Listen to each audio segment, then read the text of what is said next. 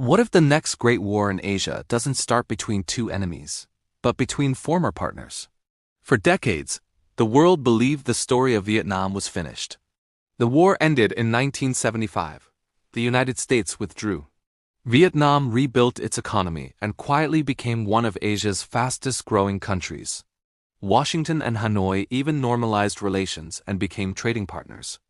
But today something strange is happening. Vietnam is buying more weapons. Its military cooperation with the United States is expanding. New defense agreements are being signed across Southeast Asia. American naval ships are appearing more frequently in the South China Sea, and at the center of it all stands one rising superpower, China. The question is simple but unsettling. Why is Vietnam preparing for a potential conflict again? And why does the United States suddenly see Vietnam as a key piece in its strategy to counter China?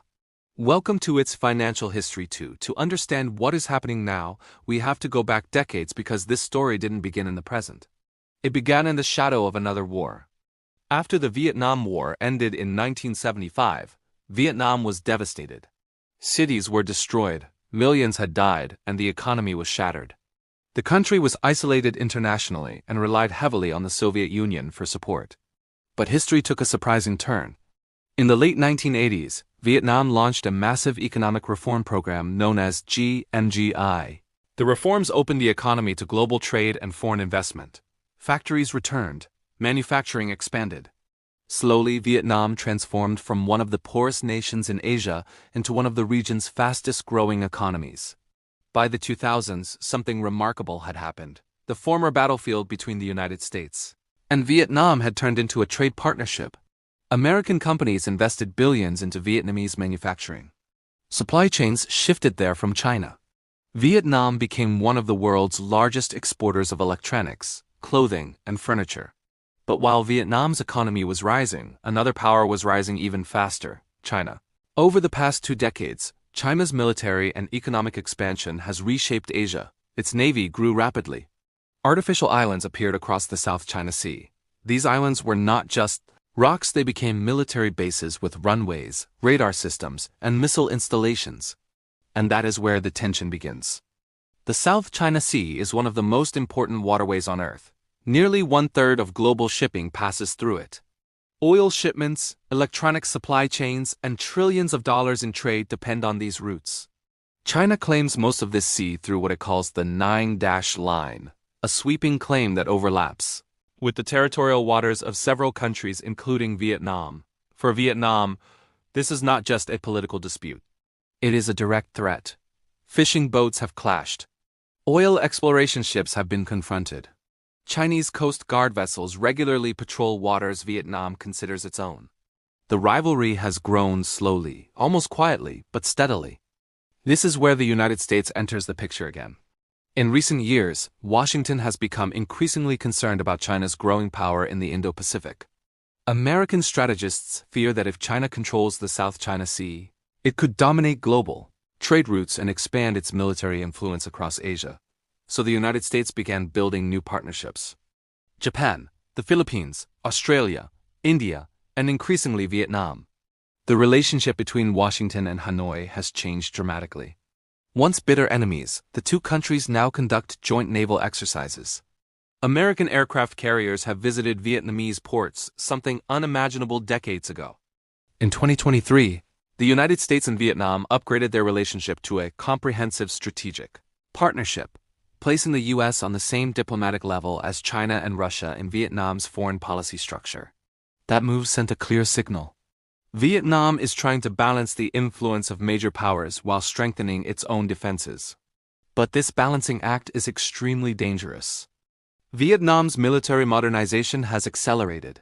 The country has invested heavily in submarines, coastal missile systems, and naval patrol forces. Its strategy is not to defeat a superpower directly, but to make any potential conflict extremely costly. Meanwhile, the United States continues expanding its military presence across the region. American naval patrols in the South China Sea, known as Freedom of Navigation Operations, challenge China's territorial claims. China, in response, has strengthened its own military infrastructure on disputed islands.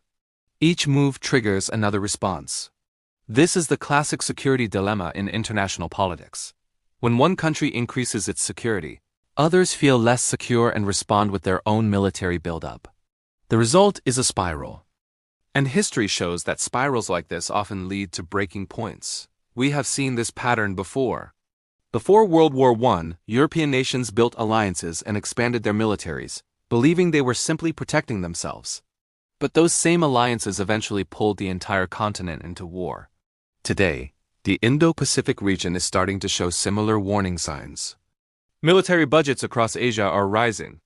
New alliances are forming. Strategic choke points like the South China Sea and Taiwan Strait are becoming more militarized.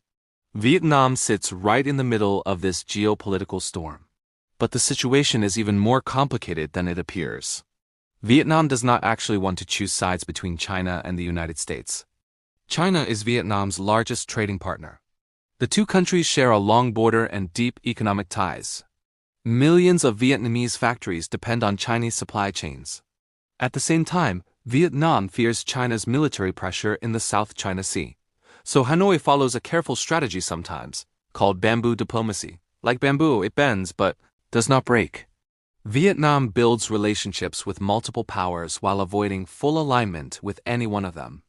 But balancing strategies only work when tensions remain manageable. If rivalry between the United States and China continues escalating, countries like Vietnam may eventually be forced into difficult choices. And the economic stakes are enormous. The South China Sea carries over $3 trillion in global trade every year. If conflict disrupted these routes, global supply chains could collapse overnight. Electronics, energy shipments, and food supplies would all be affected. Markets would panic. Shipping insurance costs would skyrocket. Global trade could freeze. This is why military tensions in this region matter far beyond Asia.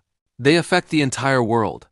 Some governments have tried diplomatic solutions to ease the tensions. ASEAN nations proposed regional agreements to manage disputes. Negotiations over a code of conduct for the South China Sea have been discussed for years, but progress has been slow.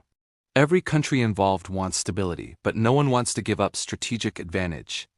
So the stalemate continues. Meanwhile, the military preparations quietly expand: new radar stations, new naval patrols, new alliances. From a distance, the situation looks calm. But beneath the surface, pressure keeps building. And history teaches us something uncomfortable. Great conflicts rarely begin suddenly. They emerge slowly from years of unresolved tensions, strategic competition, and miscalculations. Which brings us back to Vietnam. The country that once stood at the center of one of the Cold War's most brutal wars is now again positioned between global powers competing for influence. But this time the battlefield may not be ideological. It may be economic, technological, and strategic. And the consequences could reshape global power for decades. So what can we learn from this unfolding story? First, geography still matters in global politics. Nations located near strategic trade routes or contested waters often become central players in conflicts between larger powers. Second, economic partnerships do not eliminate geopolitical rivalry. Countries can be major trading partners and strategic competitors at the same time, something we see clearly in the relationship between China and the United States. And third, history has a way of repeating patterns. Alliances, arms buildups, and territorial disputes have triggered major conflicts before. The question is whether leaders today will recognize those patterns early enough to prevent them from repeating. Because the story of Vietnam shows us something important. Wars rarely begin where people expect them. They often begin where pressure quietly builds for years, until one moment changes everything. And right now, the South China Sea is one of those places the world cannot afford to ignore. If you found this breakdown useful, make sure to like the video and subscribe for more deep dive explanations on global power, economics, and geopolitics. Because sometimes, understanding the past is the only way to see where the future might be heading.